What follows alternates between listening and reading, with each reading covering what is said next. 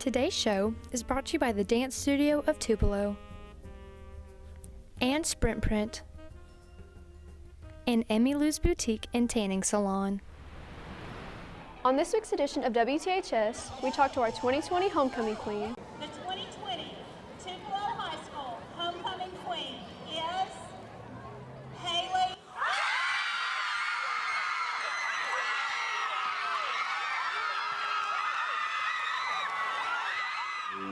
And another senior who is our one and only National Merit Scholar semifinalist.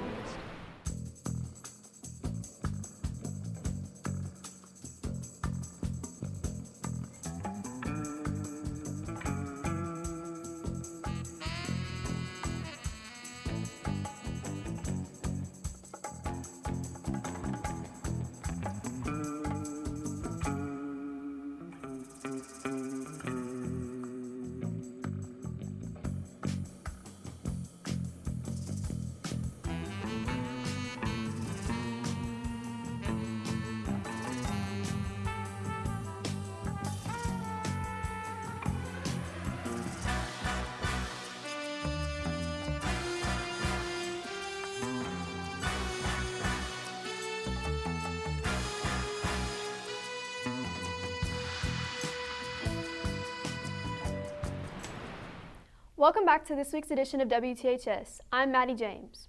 Homecoming was this past Friday. As we know, we've had many new guidelines we've had to follow this year, and homecoming was no exception. This year, THS made many changes to our usual homecoming festivities. Without the usual homecoming parade, maids only being escorted by their fathers, and a new spin on Spirit Week. Homecoming 2020 will surely be one students will not forget. And with the new year, we crown a new queen. Halle Traylor is co-captain of the varsity basketball team and a member of varsity cheer. Halle comes from a long line of homecoming queen royalty, with her sister being crowned queen in 2012, with two of her aunts also taking home the crown's homecoming night. Even Halle's grandmother was homecoming queen before schools were integrated at Carver. Halle says that being chosen not only as a homecoming queen, but a representative of her class was an experience she is very grateful for. Being homecoming queen is such an honor to me because I know that it's like, out of all the kids in our grade, like out of 500 students, they only chose 5 to be on there. So even within that, the 5 that are on there is so like everyone loves them. So being named homecoming queen of Tupelo High School is just such an honor, and I'm so grateful for it. Halle also says that the feeling of being crowned queen was unbelievable. My first thought was just don't cry. Like the first thing I thought was, Halle, don't cry. If you cry, all your pictures are gonna be horrible. And I was just so I guess overwhelmed because I just couldn't believe that it was real and like that I was really homecoming queen for 2020. So I don't even know how to put it into words. It was crazy. Halle's advice to girls looking to be on the homecoming court is to go for it. She said there is nothing you can lose and it is a truly amazing experience. Speaking of homecoming, Tupelo pulled through with the win against Lewisburg this past Friday. Here's Paris with the recap. Hey, I'm Paris Slayman and welcome back to this week's edition of Sports Media.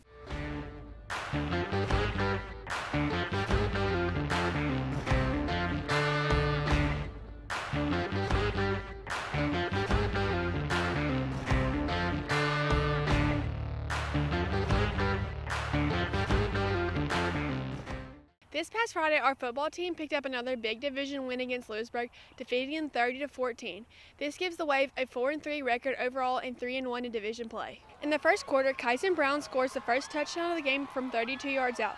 Then Jake Ware completes a pass to Corbin Huckins, who covered 42 yards to score a touchdown. Lewisburg was trying to make a score, but our defense held strong as Colin Southwood blocked the field goal attempt. During the second quarter, the Wave were able to score one more time from 22 yards out as Jake Ware completed another pass to Huggins as they closed out the second quarter. At halftime, Jake Ware was 11 for 13 for 180 yards and 3 touchdowns. McGinnister had 40 yards on 7 carries, Kyson Brown had 68 yards, 1 touchdown on 5 carries, and Huggins, who had 5 catches for 108 yards and 2 touchdowns. During the second half, our Golden Wave defense were able to get a safety and get us 2 more points during the fourth quarter. Ware finished the game 13 for 15, passing for 212 yards and 3 touchdowns, which led him to be the Johnny O's player of the game. Tonight, the team travels to DeSoto Central as they're going for their 4th win in division play. Tomorrow, both our boys and girls swim team will compete for the state title, with the boys team going for its 14th state title in a row. Our boys and girls basketball team will kick off their season in the Tupelo Jamboree tomorrow as a warm-up for their first game a week later on October 31st. Both our boys and girls cross-country team competed at the Pontotoc Invitational last Saturday, where the boys team finished second overall scoring 39 points and the girls team finishing first in the 5-6A division beating Oxford for the win. Also, 8th grader Taylor Brown is ranked number 1 in the nation in cross-country. Be sure to tune in next week to get your Golden Wave sports updates. Thanks, Paris. Last Thursday, Orchestra had their first concert of the year. With all the COVID-19 precautions, their Halloween concert was a little different. Instead of the usual Halloween lights and smoke machine, they improvised with various instruments like rainmakers. You can look forward to their Christmas concert in December. In fact, a member of the Golden Wave Orchestra was selected as a National Merit semifinalist. This week for Behind the Mask, Ari takes a look at how senior Mallory Peters is excelling in many different areas of study and extracurriculars. TPSD has a saying that excellence is tradition, and the class of 2021 is no stranger to this expectation. One senior that has gone above and beyond is Mallory Peters. She is the setter for our Lady Wave volleyball team,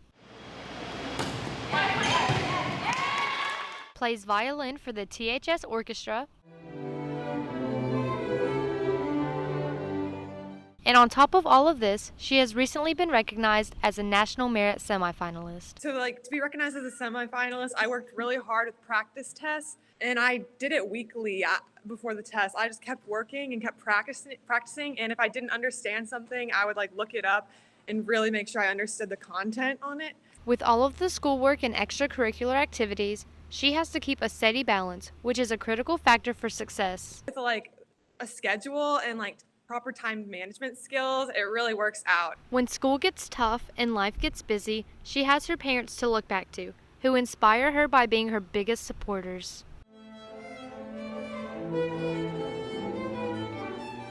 What inspires me about Mallory is that she doesn't always do what's easy, she does what's right. I've witnessed firsthand those nights where she's come home and has been too tired to practice her violin or doesn't feel like studying, but she does it anyway because she knows that it's the right thing to do and that people are depending on her. Mallory's a very hard worker. She's also very coachable. She works extremely hard at getting better at every situation and applying it the next time. With the accomplishments the senior class has already made, we are excited to see what is to come after they graduate. Ari Giorgenti, WTHS News. Mallory is a great example of how hard work and determination can really pay off. Well, that's all we have for this week's edition of WTHS. Don't forget to follow us on Instagram and Twitter and subscribe to our YouTube channel. I'm Maddie James, and see you next week. Bye.